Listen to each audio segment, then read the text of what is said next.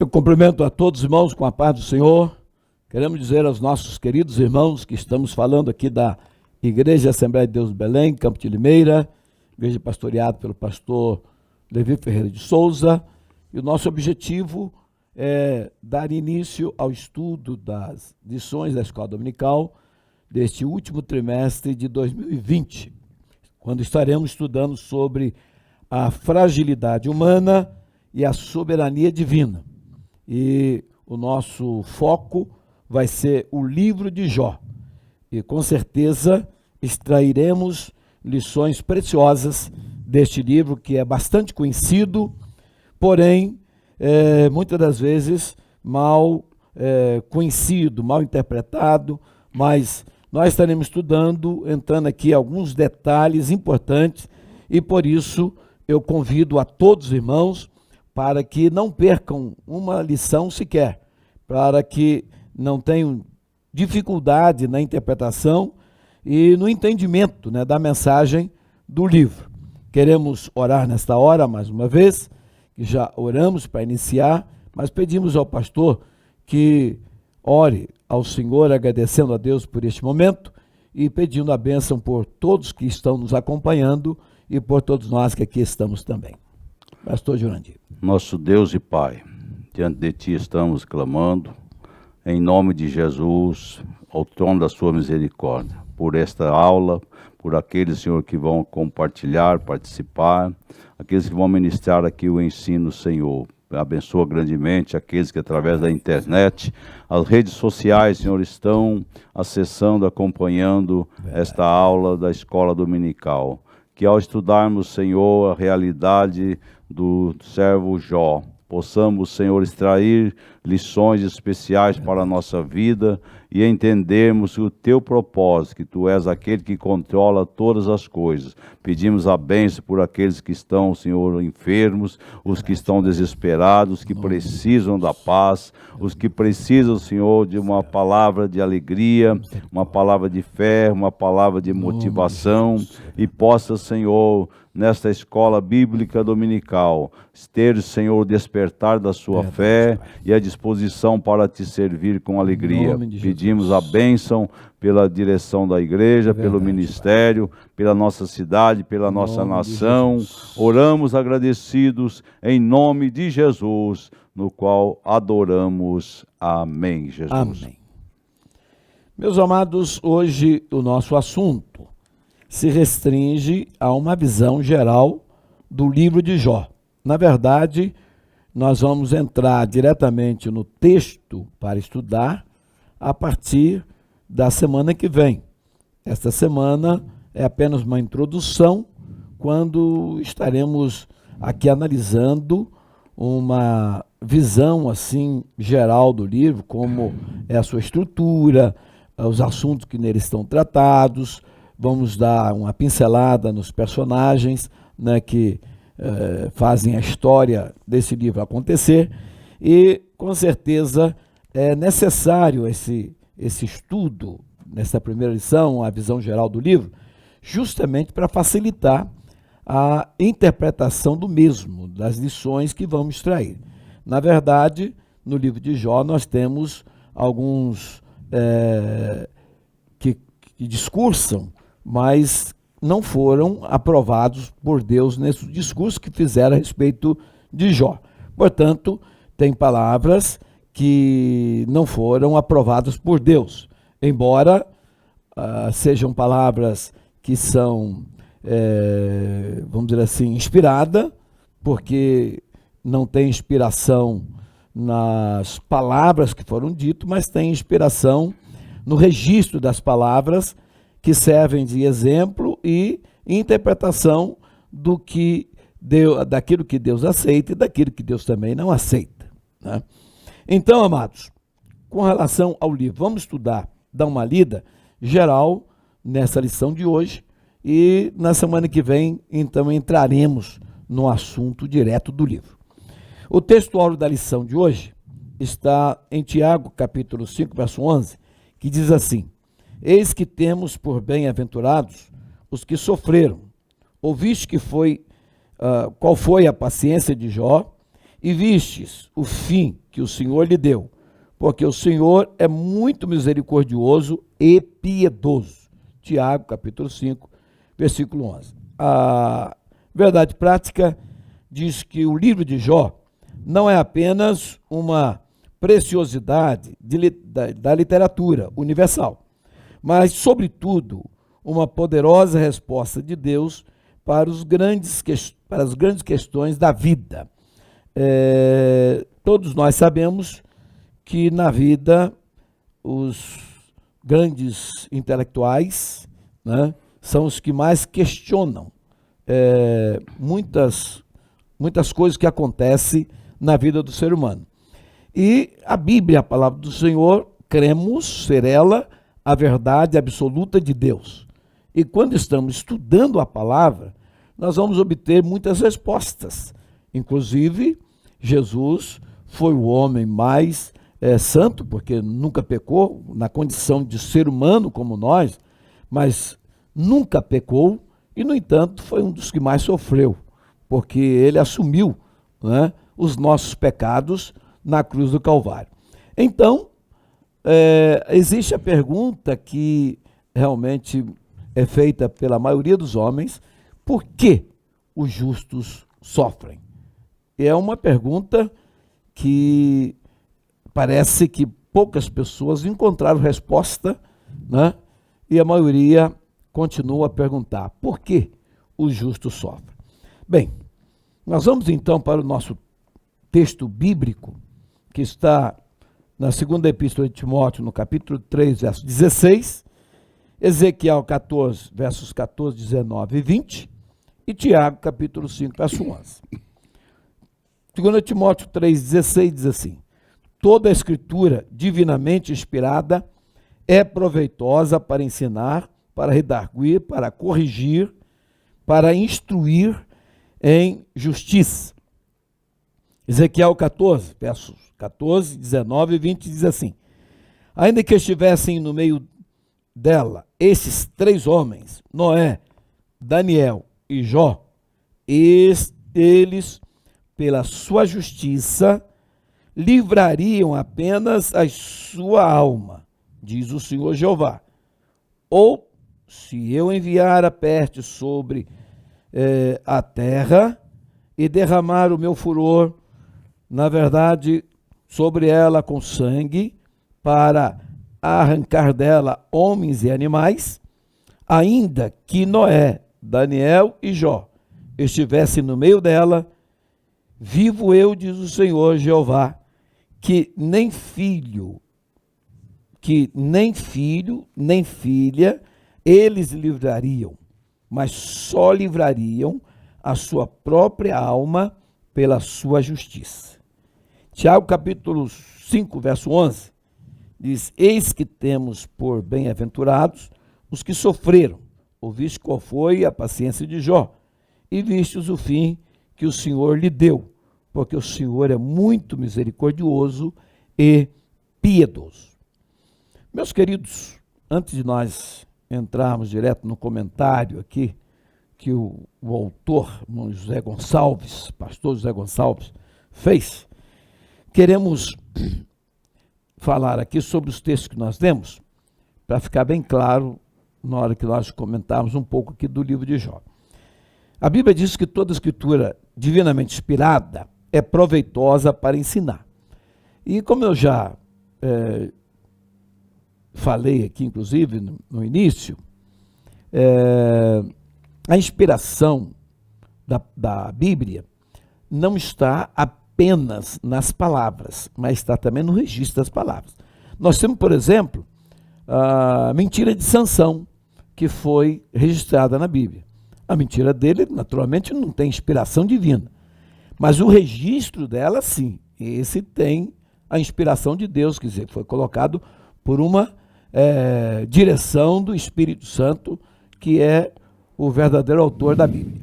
Então, mas toda a escritura é divinamente inspirada, porque se não tem inspiração nas palavras, tem no registro.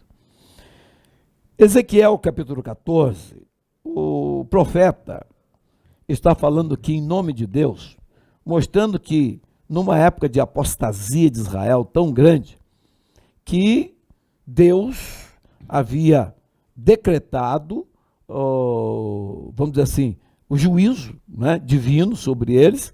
Eles seriam levados para o cativeiro babilônico, e o Senhor fala através do profeta que ainda que os 3 homens mais santos, mais consagrados, segundo a história sagrada, intercedesse pela cidade de Jerusalém, eles não seriam ouvidos, atendidos por Senhor. Eles não livrariam, diz o texto aqui, nem os próprios filhos. Eles só salvariam a sua própria alma, porque eram pessoas justas, né? Então, por isso que eu estou aqui reforçando aqui, para todo mundo entender direitinho, porque o texto está aqui fora do contexto, né? E é preciso que a gente dê uma explicação para melhor entendimento dos irmãos. E Tiago, né, escreve a respeito do patriarca Jó, e ele diz aqui: eis que temos por bem-aventurados os que sofreram. Ele está falando dos justos que padeceram sofrimento. Aí ele lembra de Jó. Ele diz: ouviste qual foi a paciência de Jó, e viste o fim que o Senhor lhe deu? Porque o Senhor é muito misericordioso e piedoso. Claro que Jó realmente não foi uma pessoa totalmente, vamos dizer assim, uma pessoa que sofreu tendo toda a paciência, né? Mas quando o escritor aqui está falando de paciência, ele está falando no termo de a pessoa não cometer pecados. Mas Jó, por exemplo, ele reclamou bastante, porque é impossível o ser humano padecer um sofrimento de tamanho rigor sem que reclame, ainda que ele não via nada que justificasse aquele sofrimento, não é verdade? Mas Jó não pecou. Jó em tudo adorou a Deus, louvou a Deus, mas Jó chegou a delirar, né? Mas nós vamos ver isso ao longo da nossa lição. Muito bem, então vamos para o nosso comentário. Vamos para a nossa introdução, e nós estamos hoje aqui com o pastor Jurandir, nosso vice-presidente, professor André, e o pastor Alexandre Locatelli está viajando e por isso não está presente conosco. Muito bem, o texto, a introdução, o texto do comentário do nosso comentarista, a introdução diz assim: neste trimestre estudaremos o livro de Jó, uma das obras mais fascinantes da Bíblia. Não há em toda a literatura bíblica outra obra semelhante, diferente na sua estrutura, no estilo e, sobretudo, no conteúdo. O livro de Jó demonstra a grandeza de Deus diante da finitude humana. É, portanto, uma obra que alimenta a nossa esperança quando tudo mais pareça ser ou estar perdido, né? Ter perdido o sentido. Na verdade, nós temos uma resposta que vem de Deus, né? Às vezes a pessoa perde o sentido de Deus, a razão da vida, devido ao sofrimento, né? E, na verdade, a própria Bíblia não apresenta indicações do autor do livro, que nós vamos estudar. Mas o fato é que o autor conhecia a forma poética e nela expressou a maior parte do livro. Bem, pastor Jurandir, nós já estudamos o livro de Jó, né? Não muito tempo, né? Tem o quê? Tem alguns anos? 6 anos. 6 anos, mais ou menos. Aproximadamente. E foi um estudo muito bom que nós fizemos. E eu acho que já estava na hora mesmo de nós voltarmos, né? E principalmente porque este ano foi um ano de muito sofrimento. né, vidas foram ceifadas no mundo inteiro E está ainda. e ainda continua, né? Temos notícia que o próprio presidente dos Estados Unidos foi acometido e agora parece que à tarde foi para o hospital, e ele já é um senhor de 74 anos, então todo cuidado ainda é pouco, né? Mas, pastor Jurandir, o senhor deve estar lembrado que quando nós estudamos este livro, nós fomos profundo no assunto que está aqui, mas nunca dá para a gente, vamos dizer assim, ir a todos os detalhes, né? Então, parece que neste livro nós vamos entrar em alguns detalhes que não foi possível no estudo que fizemos naquela ocasião. Então,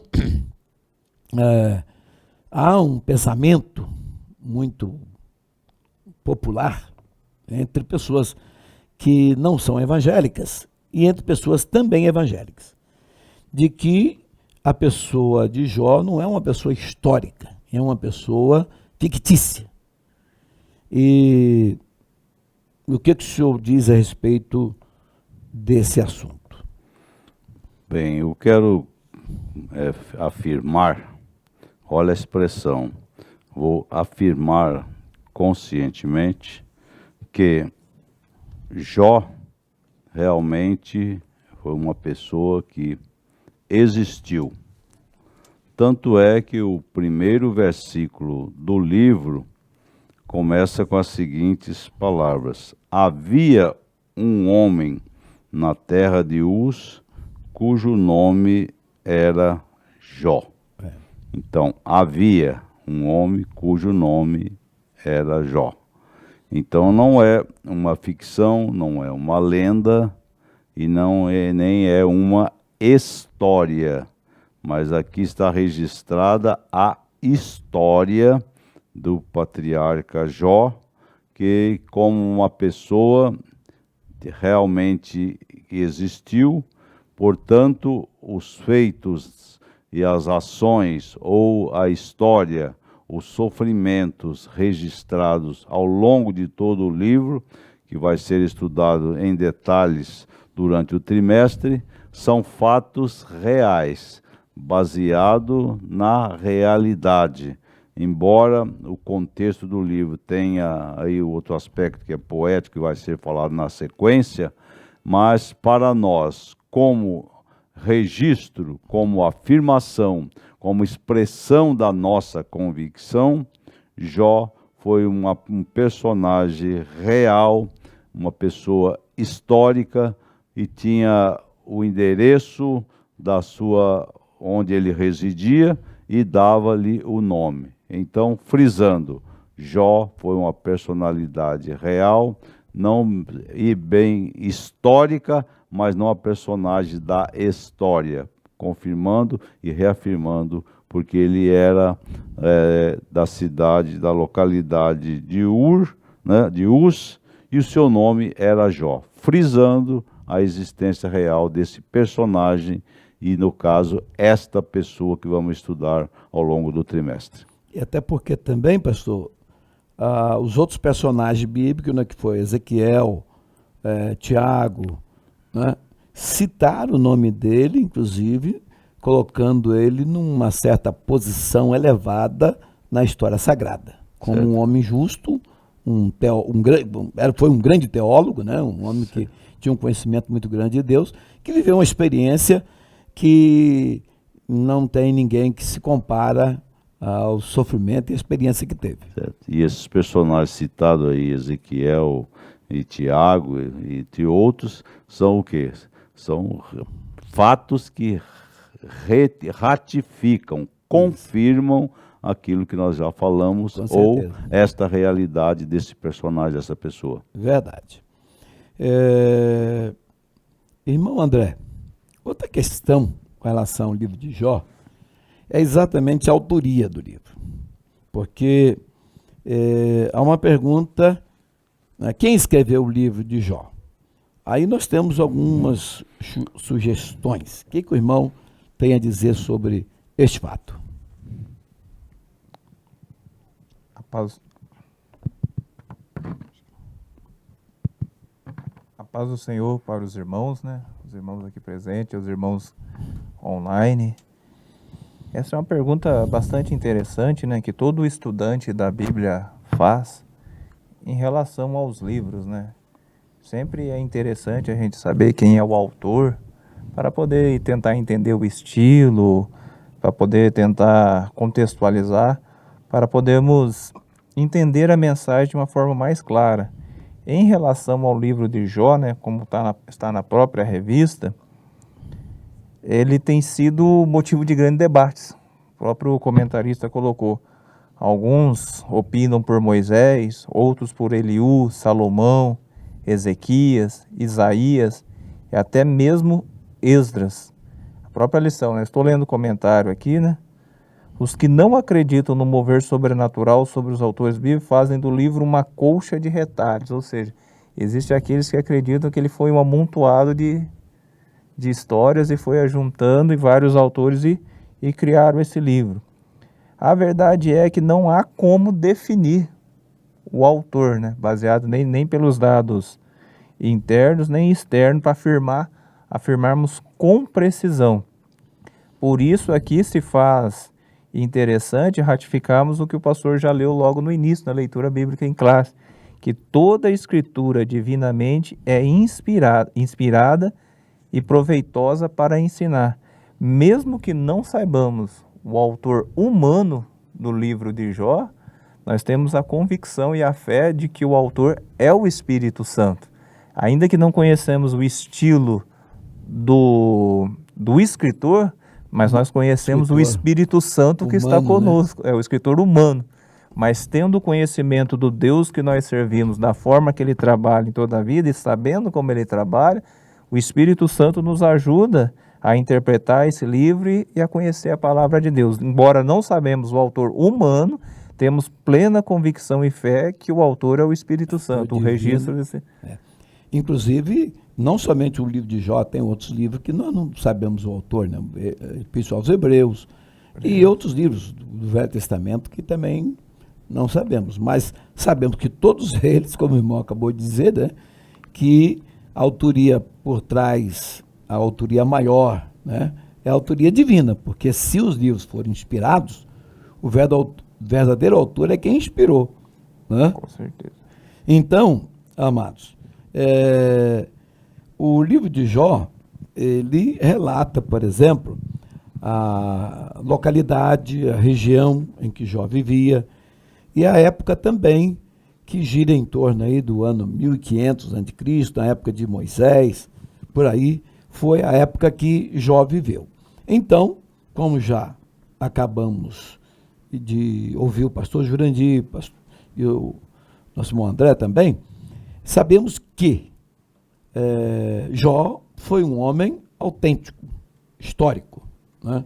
Não se trata aqui de nenhuma ficção. Então a gente quer colocar aqui, vamos dizer assim, cristalizar esse assunto e fechar aqui afirmando categoricamente que Jó foi um personagem histórico e a história aqui foi uma experiência vivida por ele, né? E que está relatada neste livro para o ensino nosso. Então, amados, dando prosseguimento ao nosso tema, vamos para o segundo tópico da nossa lição. Estrutura literária do livro. O livro de Jó é conhecido como um dos livros poéticos.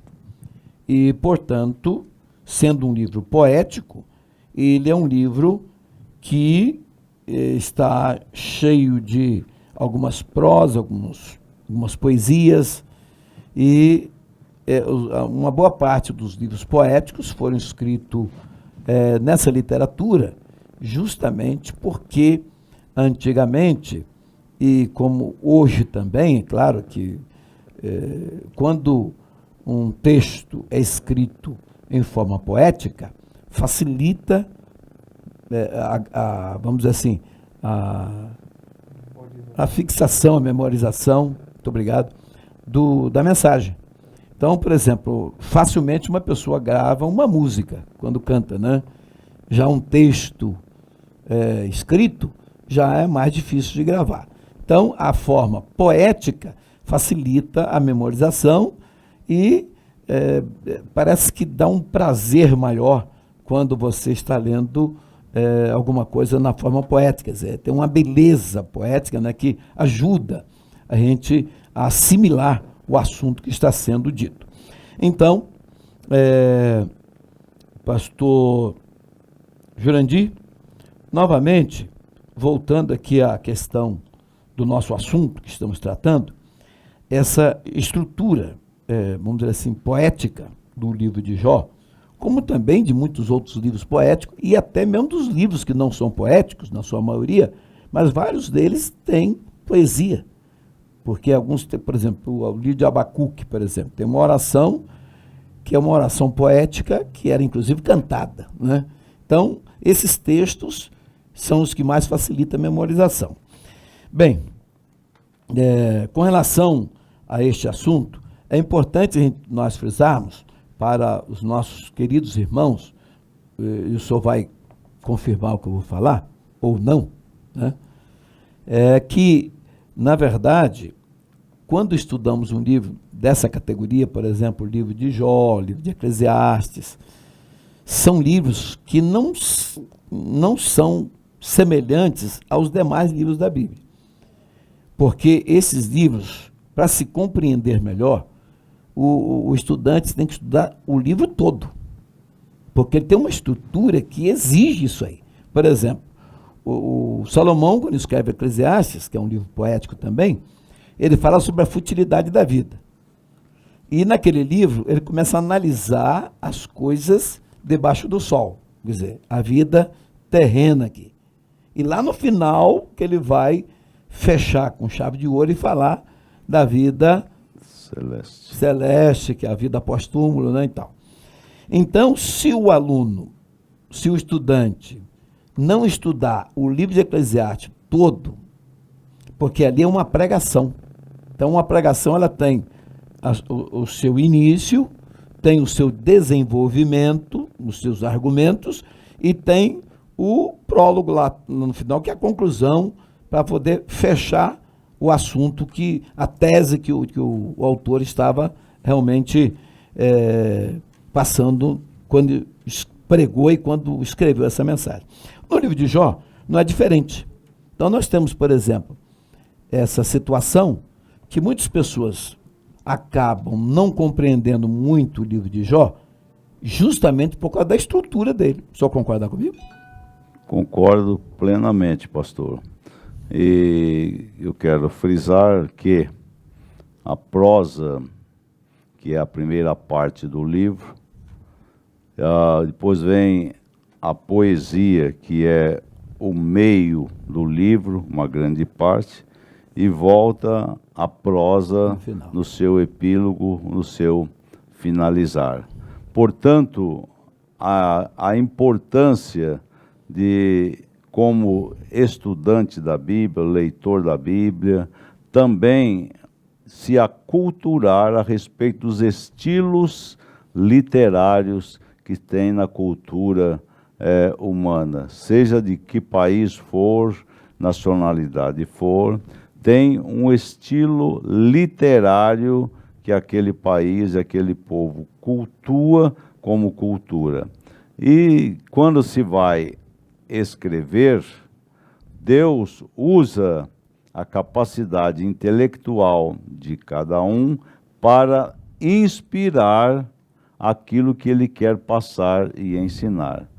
E nesse estilo, a estrutura literária de Jó, poesia e prosa, ou prosa e poesia, a prosa, o que é como na literatura, ela é uma narrativa, tem diversas formas de narrativa, mas vamos aqui apenas simplificar. São narrativas de fatos, são narrativas de acontecimentos, são narrativas de histórias e são narrativas de conteúdos de informação. Então a prosa é um estilo em que passa essas narrativas, trazendo na essência a informação que quer passar. E a poesia são o quê? Tem formas líricas e outros estilos de poesia, entre poemas, em que, conforme o pastor Jonas já disse, facilita a compreensão. Então, ao lermos qualquer livro, tanto da Bíblia como secular, precisamos entender que estilo literário aquele escritor está usando para escrever ou descrever ali os seus fatos. E Deus, usando esse estilo literário da prosa, da poesia ou do poemas, Ele usou para esta escrita esta forma que facilita a compreensão. Ela penetra ao entendimento, ela penetra ao discernimento das pessoas. Então, se você não interessa por literatura, por estilo literário, você poderá ter dificuldade de compreender o que o escritor está querendo passar.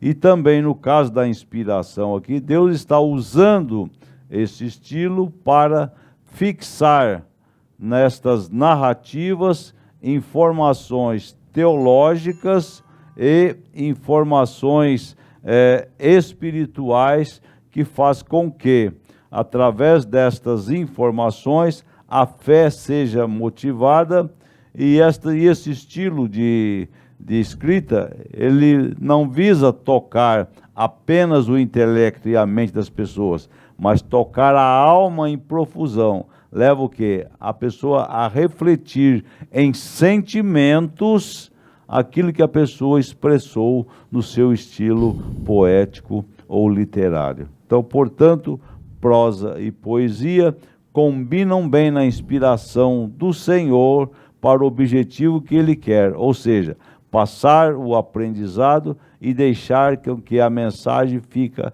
gravada no sentimento das pessoas e na observação. Então, onde tem poesia, tem sentimento. E onde tem sentimento, tem apreciação. E quando se tem apreciação, tem uma absorção melhor. Então, poesia e prosa facilita a absorção do sentido e da informação que ele quer passar. Muito bem. Inclusive, é bom dizer aos nossos irmãos que nos acompanham que as figuras de linguagem que nós temos na Bíblia, nós temos parábolas, temos alegoria, paralelismo, são várias, né? E é bom dizer aos irmãos que, ao estudar, né, a literatura bíblica, contendo essas metáforas, parábolas, é bom dizer aos irmãos que ela não pode ser interpretada assim, palavra por palavra, porque a história ela tem um enredo, né, para montar a história, mas o que se tem que pegar dessas passagens é a essência dela.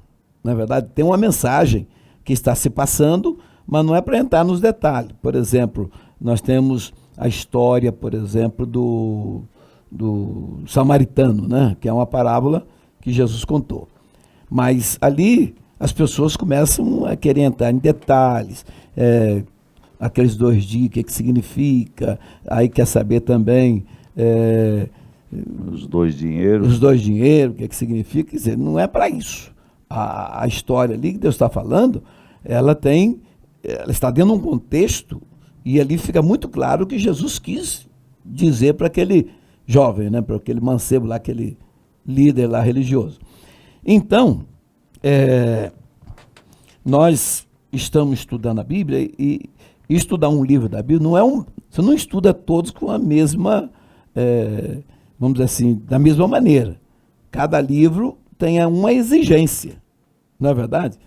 Por exemplo, livro de Provérbios. O livro de Provérbios é poético também, mas praticamente se interpreta a cada versículo. Cada versículo é um provérbio. Isso na maioria do livro. Então já é uma forma diferente, né, dos demais livros. Então é isso que a gente quer passar para os irmãos, porque nós estamos estudando e iniciando aqui um livro poético, e é bom que os irmãos saibam disso, já que nós estamos em escola dominical. Muito bem.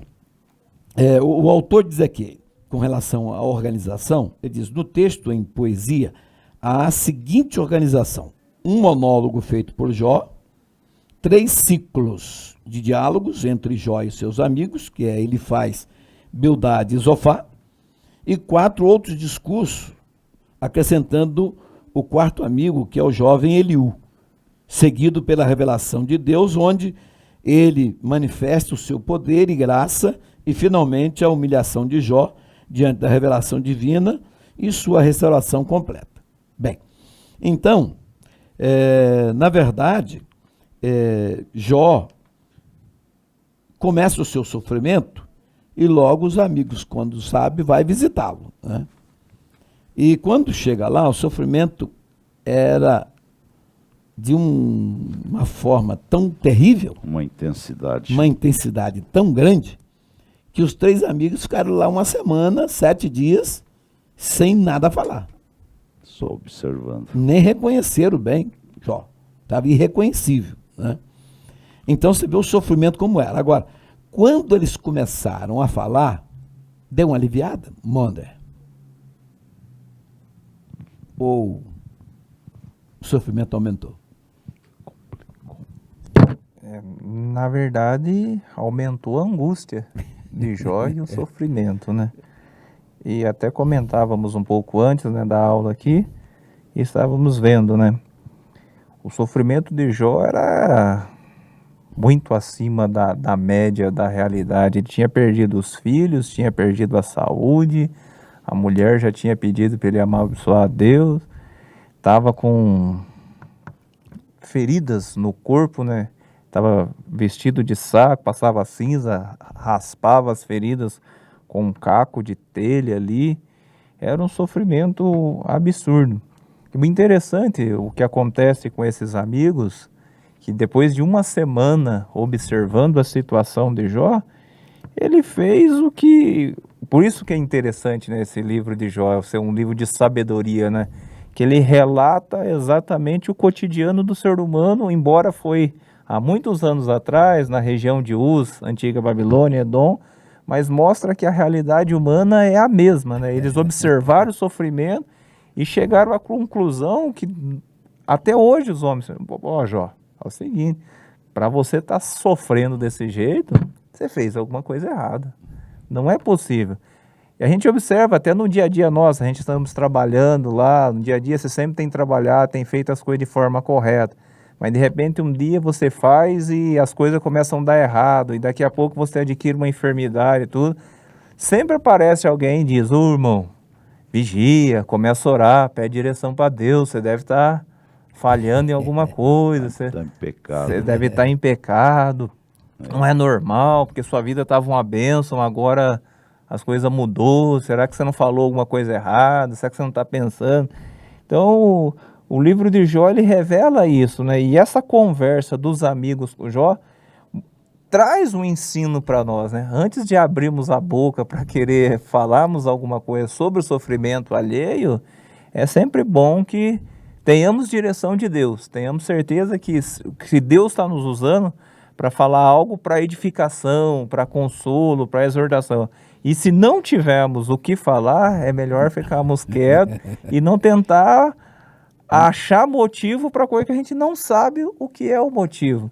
Porque se nós olharmos, embora, né, que quando uma pessoa peca, as coisas dão errado. Não vamos dizer de sempre, esses 3 amigos, né, que acusaram Jó, que os irmãos vão ver no decorrer das lições no trimestre, o que eles falam não está errado, mas no contexto de Jó estava, porque quando a pessoa peca, a vida realmente vai desandar, dependendo do tipo de pecado, dependendo do sofrimento, é por causa do pecado, tem o seu fundamento humano, mas em relação a Jó, eles estavam equivocados. É isso que o livro de Jó, no desenrolar do seu livro até o final, vai mostrar, trazendo para nós qual sabedoria, qual entendimento, que cada sofrimento de cada ser humano é único, tem uma história, tem um motivo. Então precisamos da graça de Deus para lidarmos com o sofrimento, entendendo e, acima de tudo, sempre reconhecendo a soberania de Deus, né? E uma coisa que nós podemos ver, que os amigos de Jó, eles não fizeram intencionalmente para acusar Jó, tal. Era o pensamento deles, né? Eles estavam sendo realistas quando falaram. Só que a vida de um justo, é bom dizer, que ela é cercada de mistérios. Existem razões que a própria razão desconhece, de coisas que acontecem com uma pessoa que é justa. Porque o justo tem um segredo com Deus. E dentro desse segredo acontece algo que o homem natural jamais pode imaginar do que esteja acontecendo, né? Então, por exemplo, como é que uma pessoa, por mais sábia que fosse, podia imaginar o que estava acontecendo com Jó? Na verdade, não tinha como. E hoje também não é diferente, viu? Acontece, eu quero citar aqui um caso que aconteceu com meu próprio pai. Meu pai pastoreava uma igreja e, de repente, eu estou lá no Rio de Janeiro e ele morava lá no Espírito Santo. A minha irmã me ligou dizendo que ele estava internado. Eu disse, mas o que houve? Aí ela disse, olha, apareceu uma dor nos punhos e nos tornozelos. E o médico internou ele no hospital de doentes mentais. O médico disse que tinha que ser internado lá para ele tomar uma medicação e, melhorando, ele receberia alta. Aí meu pai foi. Está lá internado. Aí eu falei assim, ó, então domingo eu vou fazer uma visita para ele. Aí fui. Cheguei lá, no local onde quarto que ele estava, eu fui, ele não estava. Aí eu perguntei para um, perguntei para outro, mas a maioria tudo, né, de mente ruim. Até que eu encontrei um que ele perguntou assim, é o pastor? Isso é ele mesmo? Então ele está na igreja. Aí eu fui lá para a igreja. Cheguei lá, estava meu pai dirigindo o culto, numa igreja lá, e só um dia de pessoas doentes lá sentado. Aí deu uma palavra lá também e tal. Quando terminou o culto, meu pai me disse o seguinte, ó, falou assim para mim, ó, Deus me mandou para cá. Eu cheguei aqui, encontrei essa igreja que estava fechada, aí eu falei com a diretoria aí, se podia usar, ele disse, não, é para usar mesmo, isso aí, os crentes não vieram mais, mas pode usar. Meu pai abriu lá, com uma semana, teve 30 alta, porque as pessoas estavam endemoniadas. Aí manifestava o demônio, meu pai expulsava, ficava boa, recebia alta. Agora só vê, agora como é que alguém podia imaginar que aquela dor que apareceu lá, é porque Deus estava precisando dele lá no hospital de pessoas de doentes mentais. Psiquiatra. Que ele não tinha problema nenhum de psiquiatria. Então você vê que, na verdade, na vida do injusto, existem alguns mistérios que só Deus para revelar.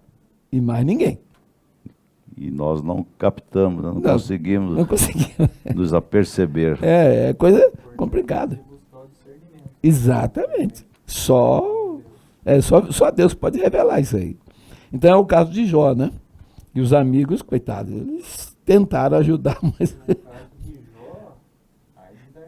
O caso de Jó ainda é extraordinário, porque a experiência dele veio a ser registrada e se tornou uma lição de vida para todos nós.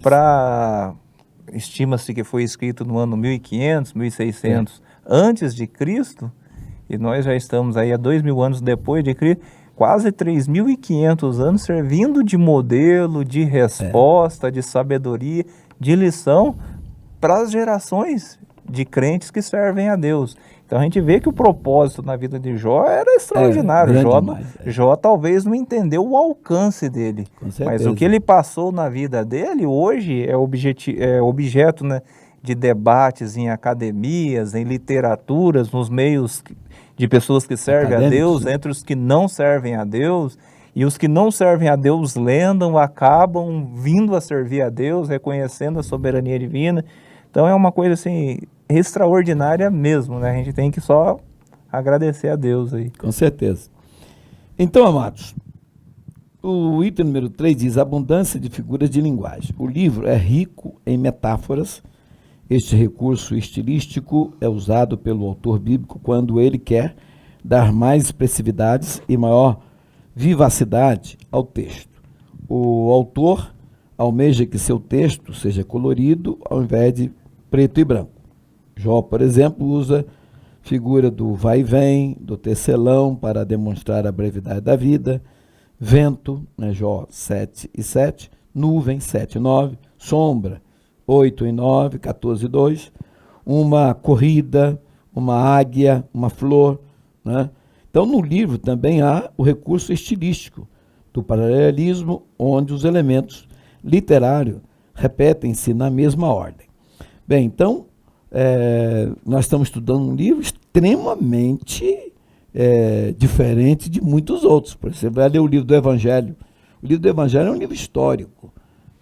Tem parábolas, tem, na verdade, essas figuras de linguagem, mas não tanto quanto o livro de Jó, que já é um livro poético em si, né? Na sua natureza é poética, e ele está mais enriquecido, né, dessa linguagem. Então é preciso que as pessoas que estudam saibam disso aí, não é verdade? Bem, vamos então para o terceiro tópico. Natureza e mensagem do livro de Jó. Natureza e mensagem. Por que o justo sofre? Aí entra a pergunta maior, diríamos assim, né? Pergunta, por que o justo sofre? Algumas das questões mais importantes levantadas no livro de Jó são eminentemente de natureza teológica e também filosófica. A questão do sofrimento do inocente é a principal delas. Por que sofre o justo? Ou ainda, por que os ímpios prosperam enquanto o justo sofre? Às vezes as pessoas se firmam só num ponto, num conceito, numa posição, e não abrem mão daquele seu entendimento. Para os irmãos terem uma ideia, uma certa aluna que estudou comigo lá, que ela até parou de estudar nessa época, ela fez uma pergunta, e a pergunta dizia o seguinte: quem é que põe doença nas pessoas? Eu disse para ela, olha, as doenças têm várias razões porque surgem na vida do ser humano. Descuido do ser humano, um problema climático, problema de alimentação, né? Nós temos problemas congênitos, que as pessoas herdam dos seus antepassados, e nós temos uma questão espiritual, às vezes o pecado acaba trazendo uma possessão maligna, pode também trazer doença física, e também o próprio Deus. Assim, o quê? Mas Deus coloca a doença? Aí eu citei aquela passagem lá da igreja de Pérgamo, que o Senhor diz assim: se não te arrependeres, te porei numa cama, falando para a Jezabel que tinha lá. Então, ela falou assim, mas Deus coloca, Deus é soberano sobre as nossas vidas. E a Bíblia diz que Deus castiga aquele que ele toma por filho, aquele que ele ama. Aí ela falou assim, mas o meu pastor ensinou que quem coloca doença nas pessoas é o diabo. Então, toda doença é uma operação maligna e que nós temos que expulsar o espírito maligno da vida da pessoa que está doente. Eu disse para ela, olha, respeito o posicionamento do seu pastor e tudo bem, mas eu estou falando para você com base na Bíblia. Na Bíblia. Aí ela não foi mais na aula.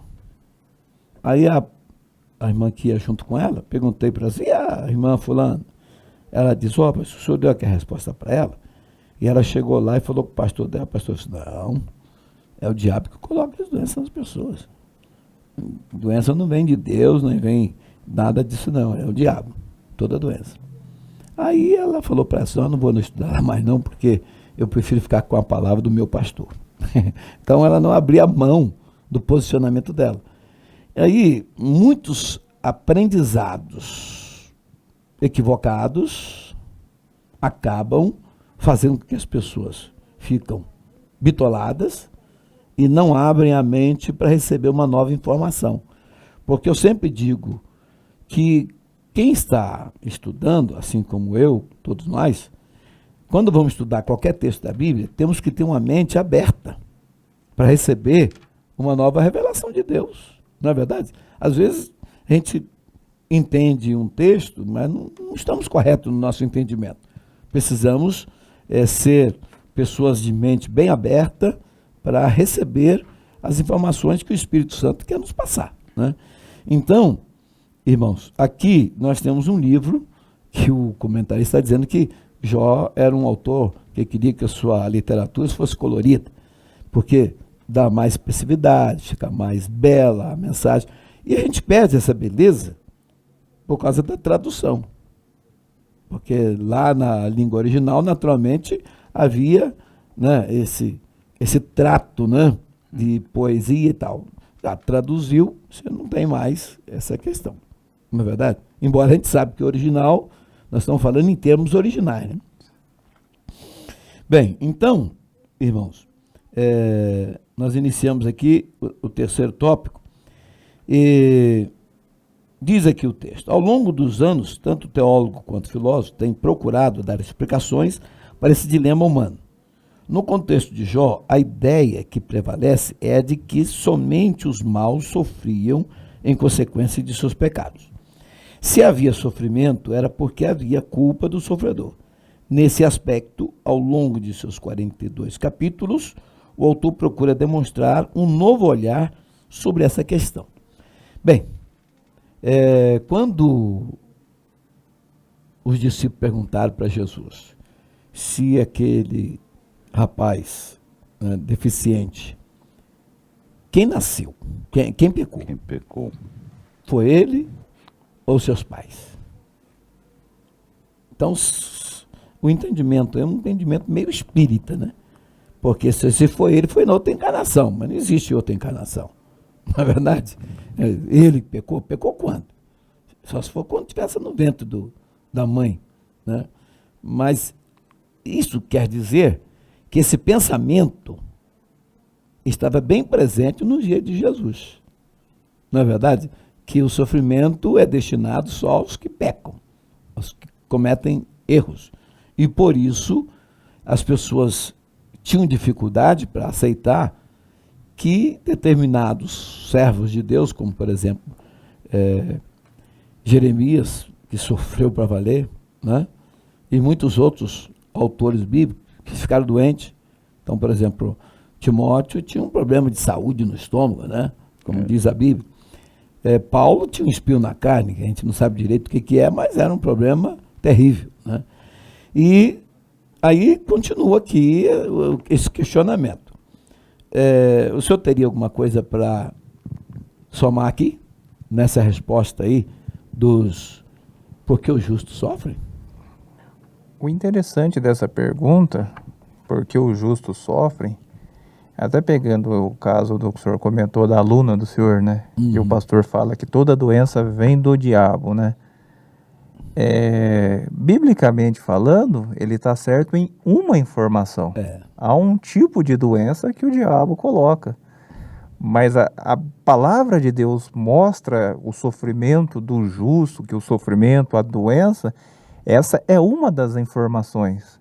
E o que a gente, ser humano, a gente mais quer fazer, e o que os livros de sabedoria da Bíblia nos ensinam, principalmente de uma forma mais clara, Jó, Eclesiastes, Provérbios, é que a vida humana não é, me perdoa, não sei se eu vou ser claro na expressão, uma matemática exata. Não é 2 mais 2 é igual a 4. A vida humana não é assim. Não é porque eu estou sofrendo, porque o diabo está fazendo eu sofrer. Esses livros poéticos, principalmente o livro de Jó, vem trazendo para nós essa lição de que as coisas não são assim. A gente precisa realmente... Tanto é que o livro de Jó não dá uma resposta clara. Você sofreu por causa disso. Ele convida o autor a refletir. A sabedoria hebraica, ela convida a gente a refletir sobre a vida. Cada caso é um caso, precisa ser estudado, precisa ser orado, precisa ser observado, porque a dor, o sofrimento, veja bem, a dor do atleta é uma dor ruim ou boa? Ele sente dor, mas com o objetivo de cada vez ficar mais forte. Porque você vê, ele está treinando, e qual é o limite do treinamento? A dor. Quando ele vê que está chegando a dor, ele para, porque se ele for dali em diante, ele vai romper. Mas essa dor que ele sente num grau limitado vai trazendo cada vez mais força a ele. Mais Então tem pessoas que buscam a dor com o objetivo de se tornar mais melhor forte. naquilo que faz, né? E nós observamos na palavra de Deus que algum sofrimento, principalmente, por exemplo, nós observamos na palavra de Deus, Romanos, e sabemos que todas as coisas contribuem juntamente para o bem daqueles que amam a Deus, daqueles que são chamados segundo o seu propósito. Ou seja, se todas as coisas contribuem juntamente para o bem daqueles que amam a Deus, então a dor, o sofrimento, para aquele que ama a Deus, contribui para o bem. Embora Jó sofreu uma dor assim, um sofrimento quase que inexplicável, essa palavra se cumpriu na vida dele, porque contribuiu para o bem. No final do livro ele mesmo vem dizer que ele conhecia Deus de palavras, mas agora ele veio conhecer. Então tem um propósito. O que nós, pregadores, ensinadores, estudantes da Bíblia, não podemos é cair na tentação de termos uma fórmula, um livro de regras. Ó, aconteceu isso, é porque isso. Sempre queremos ter a resposta na hora. É um erro que também cometemos. As pessoas trazem o dilema e nós, porque lemos a Bíblia, estudamos, às vezes entendemos e acreditamos que temos que ter todas as respostas. Mas as respostas que nós temos é para cada situação. Às vezes a resposta que nós temos agora não é porque o irmão estava acontecendo. E foi o que exatamente aconteceu com os amigos de Jó. Eles tinham respostas prontas. Ou seja, está sofrendo? É por causa disso. Ficou pobre? É por causa disso. E o livro de Jó vem mostrar que as coisas não funcionam dessa forma. Que a vida não é desse jeito. Precisa ser analisado, precisa ser orado, precisa ser discernido para poder viver sem a angústia, a ansiedade, porque Jó, ainda que todos estavam angustiando, ele não sabia o que estava acontecendo, mas ele não deixou em momento algum de confiar em Deus. E uma das razões que a gente fica tanto procurando o motivo é a tal da meritocracia.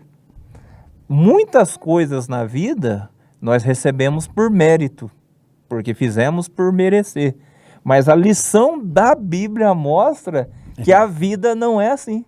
Que muitas pessoas recebem na vida aquilo que elas não merecem. Inclusive, no nosso entendimento. Mas no trabalhar de Deus, Deus usou aquilo ali para fortalecer, para aumentar a fé, para trazer maior intimidade. De certa forma, o sofrimento muitas das vezes se torna necessário. Por exemplo, o senhor sabe melhor do que eu, que é lá de Minas Gerais.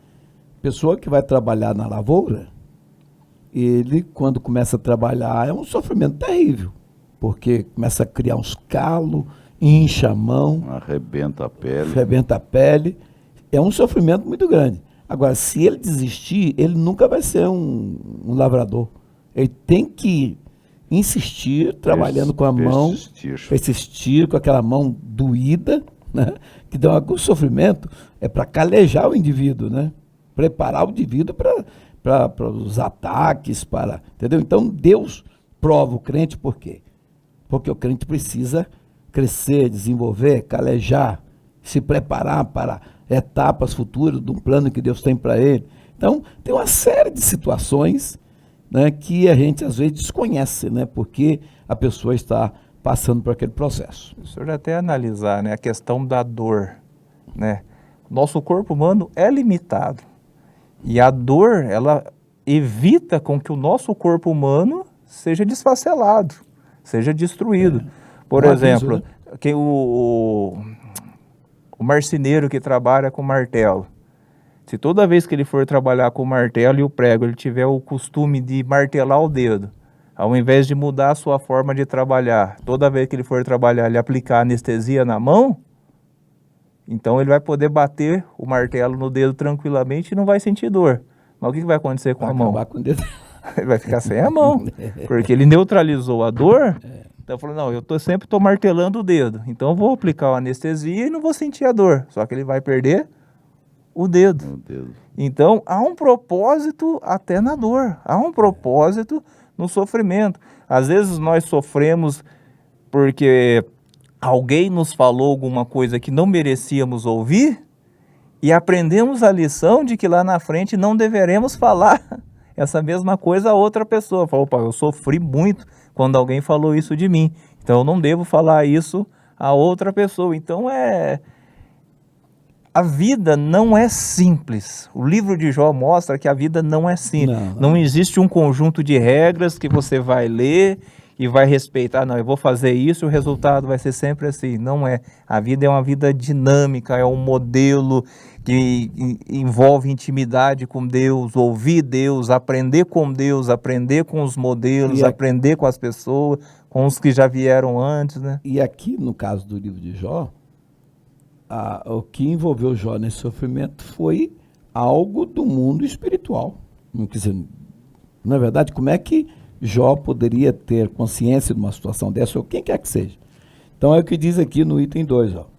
Existe bondade desinteressada? Aqui tem uma narrativa, né?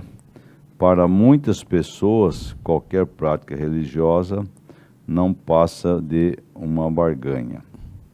Essa aqui fala também que é uma tese que o próprio inimigo usa, né? O diabo usa. Então, para ele, Jó só permanecia fiel a Deus porque recebia benefício em troca. Ou seja, ele era recompensado, né? Então, Jó era um homem agraciado de muitos bens, família formidável, cercado de muitos amigos e gozava de boa saúde. Então, nessas condições, como o próprio inimigo disse, todos são devotos. Então, segundo o inimigo, não existe aí bondade desinteressada. Mas Jó provou que ele não tinha barganha com Deus, ele não negociava com Deus, ele tinha convicção, e isto faz a diferença. A barganha, você é atraído, agora a fé, você é envolvido de convicção, isso traz a diferença. Então, aqueles que barganham, qualquer situação está sempre murmurando, reclamando. Agora, aquele que tem convicção, ele pode gemer, como Jó gemeu a dor dessa enfermidade, enfim, dessa realidade. Mas isto, ele gemeu, mas não perdeu a essência do que ele cria, daquele que afirmava. Então, trazendo aqui para nós, que Satanás estava disposto a apostar que a espiritualidade de Jó não substituiria uma prova de fogo. E o livro de Jó mostra como ele se comportou nesta prova. Isso quer dizer, Jó passou para a história de 1500 anos antes de Cristo, com mais 2020 anos depois de Cristo. Então, uma lição que perdura por mais de 3.000, ou cerca de 3.500 anos. Então, Jó comportou nesta prova. Ele ensinou como estar na prova. Que a prova ela pode vir com permissão de Deus ou por negligência humana. Se você observa os sinais nas rodovias, por que as autoridades põem aqueles sinais, aquelas placas indicativas? Visando o quê? Que você tenha segurança na sua viagem. Agora, se você desobedece à orientação, as consequências vêm. Então, Jó está comportando nesta prova, passando esta lição, que tem o mesmo efeito, a mesma eficácia de 3.500 anos. Isso vale dizer o quê? Que, sim, há o que o comentador aqui fala, sim, existe bondade desinteressada. Agora, eu estou disposto a provar que eu estou desinteressado? A minha forma de agir, de pensar, de reagir, demonstra que eu estou desinteressado? Então, Deus que conhece o profundo e as mentes, Ele sabe quando nós estamos falando de nós mesmos, quando estamos falando daquilo que cremos, ou quando estamos meramente negociando uma palavra interessada. Então, há sim esta verdade, que existe bondade desinteressada, e esta bondade desinteressada, o preço é diferente. Porque havia lá o salmista que o Senhor estará conosco enquanto estivermos com Ele. Então, muitos seguiam Jesus porque Ele multiplicava o pão. E não porque cria nele como Salvador, como Senhor. Então, quer dizer, tinha interesse e não tinha convicção. Mas o Senhor espera convicção e não interesse. O interesse que Deus espera é aquele que desperta a vontade de fazer, e não meramente o interesse de fazer porque vai ter alguma coisa em troca. Então, eu vou contribuir com a causa do Senhor, porque eu quero estar bem de vida financeiramente. Uma janela aberta sobre mim. Aí é barganha. Não, Deus não está na barganha. Deus está no amor, na essência e na obediência com convicção. É interessante que eu li uma oração de um servo de Deus, que ele orou dizendo o seguinte: Senhor, se eu te sirvo porque eu quero ir para o céu, não me permita entrar no céu. Se eu te sirvo porque eu tenho medo do inferno, me lance no inferno. Agora, se eu te sirvo porque eu amo o Senhor, então me receba nos teus braços. Porque, entendeu? Até na resposta de Jó, em 2 ocasiões, é interessante. Lá em Jó 1:21 ele disse: Nu saí do ventre de minha mãe e nu tornarei para lá. O Senhor o deu e o Senhor o tomou. Bendito seja o nome do Senhor. O que ele estava querendo dizer? Quando eu nasci, eu não tinha filho, eu não tinha bem, eu não tinha roupa. Tudo que eu passei a possuir foi o Senhor que o deu. Foi o Senhor que o deu. Eu saí nu e agora eu perdi tudo. Então, eu volto nu. Ou seja, não ganhei nem perdi, tô do jeito que eu vim. Eu estou indo de volta para o Senhor. E quando a mulher dele fala, ainda retens a sua sinceridade, amaldiçoa a Deus e morre, porém ele disse, como fala qualquer doida, falas tu. Receberemos o bem de Deus e não receberíamos o mal? Ou seja, se Deus, é soberano, Ele manda em mim, faz o que quiser de mim. Então Ele manda o bem, então eu sirvo a Ele com alegria, tudo. Mas quando Ele envia o mal, eu não recebo, Ele deixa de ser Deus? Ou seja, era a visão que ele tinha de Deus, era uma visão assim bem entregue. Ele se entregou a Deus de tal forma, falou, do jeito que eu vim, tudo que eu tenho foi Deus que me deu. Se Deus me quiser levar do jeito que Ele me trouxe, glória a Deus. E vai servindo. Se Deus quiser me dar o mal agora na vida, eu recebo, porque Ele é Deus. Isso é ter uma visão de que Deus, além de ser soberano, mas o amava. Era um Deus de misericórdia. Ele não estava entendendo o que estava acontecendo. Mas ele chegou a dizer, ainda que o Senhor me mate, eu esperarei nele. Então é algo assim, é a importância, é uma lição para nós crentes. É um crente que está ali. Ou seja, eu estou servindo a Deus, aconteça o que acontecer, eu vou ser fiel. Não importa se eu estou no hospital, se eu estou na cadeira de roda, onde for. Deus é Deus. Deus continua sendo Deus. Agora vem a última pergunta para a gente encerrar. Pode o homem compreender Deus? Claro que... Aí, preciso, eu vou mais além, é preciso compreender. Essa pergunta aqui tem uma série de respostas, né? Aí o comentarista coloca aqui, os últimos capítulos de Jó mostram os impactos que a revelação divina tem sobre o homem, os homens, né? Tem sobre os homens. Como Paulo, que foi verdadeiramente mudado quando contemplou o Senhor numa visão, assim também Jó é totalmente transformado quando contempla a majestade do Senhor. Então aqui nós temos Jó em dois lances, né? O primeiro lance, Jó é um teólogo, é um crente, é um homem fiel, um homem que não havia um semelhante a ele, como diz o texto sagrado, né? Mas de repente, lá, Jó, com todo esse conhecimento, com todo esse testemunho, né, que Deus dava, o próprio Deus dava de Jó, ele era uma pessoa que o seu conhecimento não era experimental, era um conhecimento mais teórico. Apesar de toda a sua postura, né, ele tinha um conhecimento mais teórico do que experimental.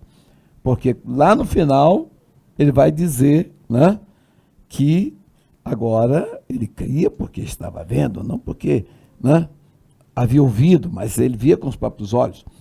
Então, esse encontro com Deus é o que muda a vida, é o que traz a compreensão para a realidade da vida do ser humano. Quer dizer, o pecador, por exemplo, um homem natural, ele pode ter um bom conhecimento, pode ler a Bíblia, pode entender vários textos da Bíblia, mas se não tiver encontro com Deus, que adianta esse conhecimento? Então o Jó mostra aí os dois lados. Mostra o que é você ser um crente com conhecimento, com submissão, né? Com todo o temor a Deus, embora não tenha tido um encontro pessoal. Esse encontro pessoal se dá no final da experiência que ele viveu. Então, o que a gente percebe? A gente percebe o seguinte, que o que o homem teria, todos os homens teriam que experimentar, esse encontro pessoal, que vai causar uma mudança radical na vida do indivíduo. Então, por isso que nós temos que pregar o evangelho. Porque quando você prega o evangelho é o poder de Deus para a transformação da vida do pecador. Então, e só esse encontro resolve. Eu estava dizendo para os irmãos lá na aula, essa quinta-feira, que nós estamos estudando sobre religiões e seitas. E existe cada situação que é umas coisas absurdas. E eu estava dizendo para ele que aí nós aprendemos a valorizar o nosso culto. Porque o nosso culto, o culto no cristianismo, a essência dele é o encontro do adorador com Deus. Então, aí a pessoa diz, mas Deus estava presente. Deus está presente em todo lugar. A questão não é se Deus está presente. A questão é se Deus se manifestou lá. Porque uma coisa é a presença de Deus manifestada e a presença de Deus, porque Deus é onipresente, ele está em todo lugar. Mas ele não manifesta em todo lugar. Ele manifesta onde ele é invocado, né? Então, nesse caso, o nosso culto é uma invocação de Deus e, automaticamente, um encontro pessoal com Deus. Se não há esse encontro, o nosso culto perde a sua essência. Concorda comigo? Aí nem é culto, né? Nem é culto. Apenas uma mera reunião, um encontro pessoal, mero encontro, né? Social, né? E realmente há uma diferença, né, quando se cultua verdadeiramente ao Senhor. O senhor disse aí que na aula lá que o senhor ministrou, a importância é saber se Deus está presente, né? Se Deus está aceitando aquela adoração. Eu tive uma experiência há muitos anos. Houve um movimento aqui na cidade de Limeira que usou até uma repartição pública aí de grande volume de pessoas. E o pessoal cultuando lá, fazendo aquela reunião, e trouxeram para esse evento um artista que dizia na época que tinha se convertido. E o artista veio, como ele era humorista, ele começou a participar da reunião como humorista, mas com roupagem de culto. Queria fazer um culto humorístico, essa é a minha linguagem, a minha expressão, sabe? E estava lotado aquele ambiente. Eu tinha vida pública naquela época, e ele foi um convidado e acabei indo lá pela circunstância da vida pública e levei lá da minha família. E nesse tempo eu estava com meu filho, que era pequeno, no colo. E tinha lá seus 2 ou 3 anos de idade aproximadamente. E aquele ambiente assim, tão vazio de Deus, a criança puxou o queixo meu assim e disse: pai, o senhor acha que Deus está aqui? Uma criança de 2 a 3 anos. Eu já tinha sentido que não estava. Eu disse assim, eu acho que não está. E a criança segurou o queixo e falou assim, Deus não está aqui, pai. Vamos embora. Então, dentro do que o senhor está dizendo aí, olha, pode o homem compreender Deus, ele compreende Deus quando ele se envolve com os critérios de Deus.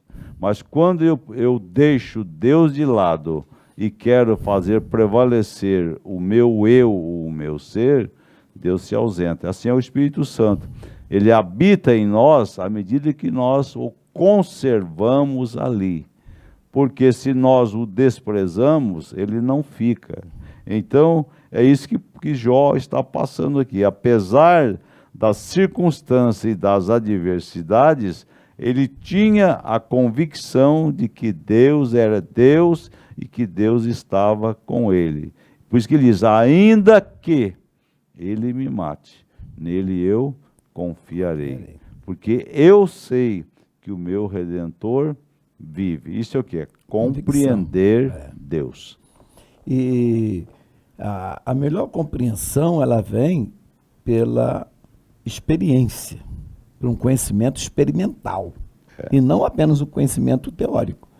Porque de conhecer Bíblia, tem muitos teólogos por aí que manjam, né, de Bíblia, são peritos.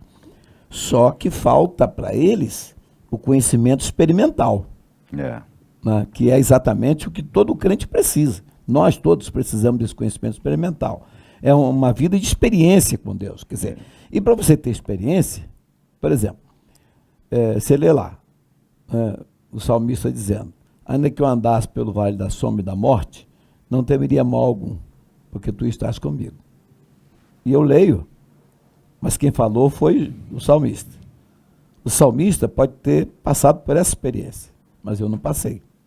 Então, eu tenho conhecimento que realmente, se você passar pelo vale da sombra da morte, o Senhor vai cuidar de mim.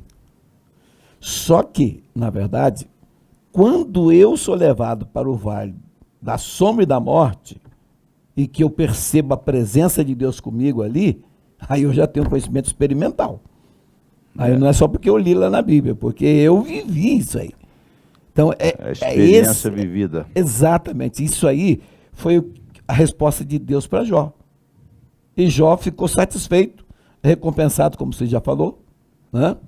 E tudo foi resolvido com essa experiência de Jó com Deus lá no final. E Deus apareceu para ele. Bem, então, concluindo, nessa lição, apresentamos algumas informações básicas sobre o contexto histórico e literário de Jó.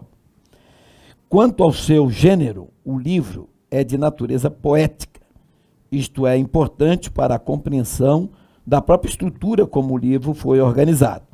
Vimos que o livro apresenta princípios teológicos que transcendem o espaço e o tempo. Esses princípios são para todas as épocas e culturas. O que é demonstrado é que o conhecimento de Deus é o anseio de todo ser humano. Quer dizer, na verdade, é uma sabedoria muito grande, né? Porque você imagina que 3.500 anos depois, numa cultura diferente como a nossa, né? Hoje vivemos aí numa modernidade, numa tecnologia, numa ciência avançadíssima, mas o problema do homem continua sendo o mesmo. Os questionamentos dos homens são os mesmos. E vai continuar sendo, não é verdade? Enquanto não houver uma razão maior para vivermos aqui, os homens ficam no ponto de interrogação. Então, enquanto não há esse encontro com Deus, você não tem muito sentido a vida. É o que Salomão diz lá em Eclesiastes. Que tudo é vaidade, tudo é passageiro, tudo passa, tudo acaba. Deus é a resposta. Pois é, Deus é a resposta. Com certeza. O próprio livro de Jó e a palavra de Deus vai mostrando que Deus é a resposta. Exato. E quando a gente fala, vamos pregar o Evangelho, quem é o Evangelho? É o Deus que se fez carne na pessoa de Cristo e veio ao encontro do homem. Jesus, no caso hoje, é a resposta. Se a pessoa está sofrendo, Jesus tem a resposta. Aí nós podemos dizer assim, Exato. qual é a razão do meu sofrimento? Eu posso não saber, mas Jesus tem a resposta. Jó não sabia, mas sabia que Deus era o Redentor, que era misericordioso. Então, a gente percebe na Bíblia isso. O justo sofre, mas ele não pode perder a fé do caráter de Deus, de quem Deus é. Ele não pode mudar Deus, começar a acreditar que Deus é um tirano, que Deus é um sarcástico, que Deus tem prazer. Não, ele dá a entender que Jó olhava com todo o sofrimento para Deus como um pai amoroso, um pai redentor, que acontecesse o que acontecer, ele ia cuidar. Um exemplo nós vemos de Abraão. Abraão, com quase 100 anos, Deus deu o filho Isaac. Depois Deus vai e fala para Isaac, agora para Abraão, oferece o seu filho em sacrifício para mim. Ele vai e oferece. E segundo o escritor aos Hebreus, Abraão tinha essa fé. Não, eu vou oferecer o meu filho em sacrifício, mas eu creio que Deus é poderoso para o ressuscitar. Até porque Deus e fazer dele a descendência que ele prometeu. Até que ia porque trazer. Deus tinha falado, né? Que ia fazer em Isaac a sua descendência. Agora, se eu vou matar ele, eu vou matar. Mas se Deus prometeu que através dele vai ser, ele vai ressuscitar. Então, quer dizer, era a confiança no que Deus falou. Se Deus falou que dele vai ter a minha descendência, eu posso matar, que Deus vai ressuscitar e fazer. Então você conheceu um pouco de Deus, né? É entender. Conhecendo Deus, você vai Pode o homem seguindo a sua vida. compreender Deus. Então, amados, estamos encerrando e nós agradecemos a atenção de todos. Fala aí com os seus vizinhos, com seus irmãos, com sua família toda. No sábado próximo estaremos novamente aqui para estudarmos a segunda lição, que tem como título Quem era Jó? Essa pergunta que nós vamos responder, quem era Jó? E vamos trazer alguns detalhes que não foi possível colocar hoje. Hoje nós demos uma visão assim do livro como um todo. Semana que vem a gente vai entrar mais particularmente na própria vida de Jó e depois a sequência de toda a mensagem do livro. Pastor Jurandir, o senhor tem algum anúncio, alguma mensagem para passar? Apenas dizer que temos o culto às 18 horas, né? E aguardamos a todos que puderem estar. E é também a ministração da Santa Ceia do Senhor. É o primeiro domingo do mês. Então, logo mais às 18 horas, tem o culto com a ministração da Santa Ceia do Senhor. Com presencial, você pode estar e compartilhar dentro das regras aí da saúde, aí das autoridades, né? 50% da capacidade e, claro, aí com o equipamento da máscara e o distanciamento da utilização do espaço. Deus abençoe a todos. Amém. O André, a senhora ora para o encerramento. Pastor Jurandir nos abençoe para nós irmos embora. Senhor, nosso Deus e nosso Pai, Senhor Deus, no nome do Senhor Jesus Cristo, nós te agradecemos, ó Pai, por este momento em que estivemos juntos, Senhor, aprendendo a Tua santa palavra, Jesus, Senhor, Pai, buscando compreender, Senhor, a Tua vontade em nossas vidas, ó Pai. Que nesse trimestre, Senhor, através desta lição, ó Pai, o Senhor possa falar poderosamente, ó Pai, à vida, aos corações daqueles que ouvirão esta palavra, de nós que estaremos ministrando, Senhor, e que possa de ser um ensinamento grandioso, Senhor, e que grandes experiências, ó Pai, contigo possamos ter nesses dias, ó Pai bendito. Que o Senhor possa abençoar a cada um grandemente, em nome de Jesus. Amém. Que o grande amor de Deus, a graça do Senhor Jesus Cristo, a comunhão e as consolações do Espírito Santo permaneça em nossos corações, agora e para sempre. Dizemos amém.